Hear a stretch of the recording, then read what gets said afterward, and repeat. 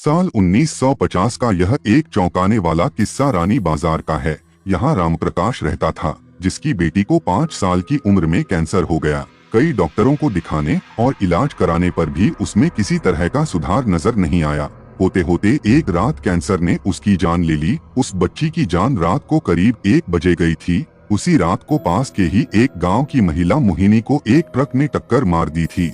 मोहिनी के परिवार वालों ने पूरी विधि के साथ उसे अंतिम विदाई दी। अब बच्ची के परिवार वाले भी उसे दफनाने के लिए जंगल की तरफ निकले।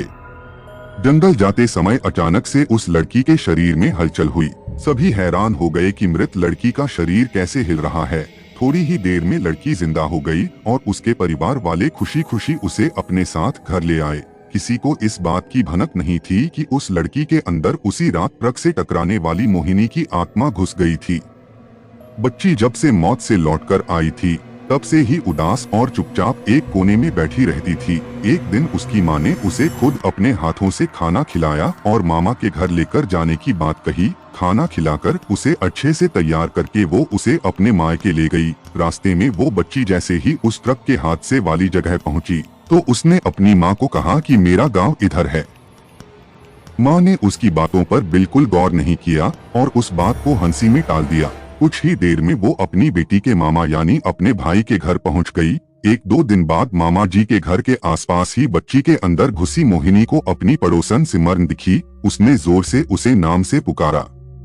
सिमरन ने पलटकर देखा तो एक छोटी बच्ची थी। उसे बड़ी हैरानी हुई कि इस लड़की को मेरा नाम कैसे पता है। तभी मोहिनी ने अपने साथ बीती सारी बातें उसे बता दी। उसने कहा कि मेरे परिवार वालों ने मेरी मौत से ही पहले मुझे जला दिया था, इसलिए मेरी आत्मा भटक रही है। उसी दिन इस लड़की की भी मौत हो गई थी, तो मैं इसके शरीर में घुस गई। सिमरन ने ये बात अपने गांव जाकर सबको बता दी। पूरे गांव वाले और उसके रिश्तेदार मोहिनी से मिलने के लिए उसी बच्ची के मामा के घर के पास पहुंच गए। उस लड़की के अंदर रह रही मोहिनी की आत्मा ने सबको एक एक करके पहचान लिया। कुछ देर बातें करने के बाद वो अपने परिवार वालों के साथ अपने घर चली गई। अब उस लड़की की माँ बच्ची को घर में न देखकर परेशान थी। जब उसे पता चला कि वो कुछ लोगों के साथ दूसरे गांव गई है, तो वो उसे बुलाने के लिए चली गई। अपने परिवार के साथ खुश मोहिनी ने वापस आने से मना कर दिया। पास के ही लोगों ने उसे समझाया कि तुम्हें दोनों परिवार के साथ रहना चाहिए, इससे सभी को खुशी मिलेगी। तुम किसी एक परिवार को दुखी नहीं कर सकती हो।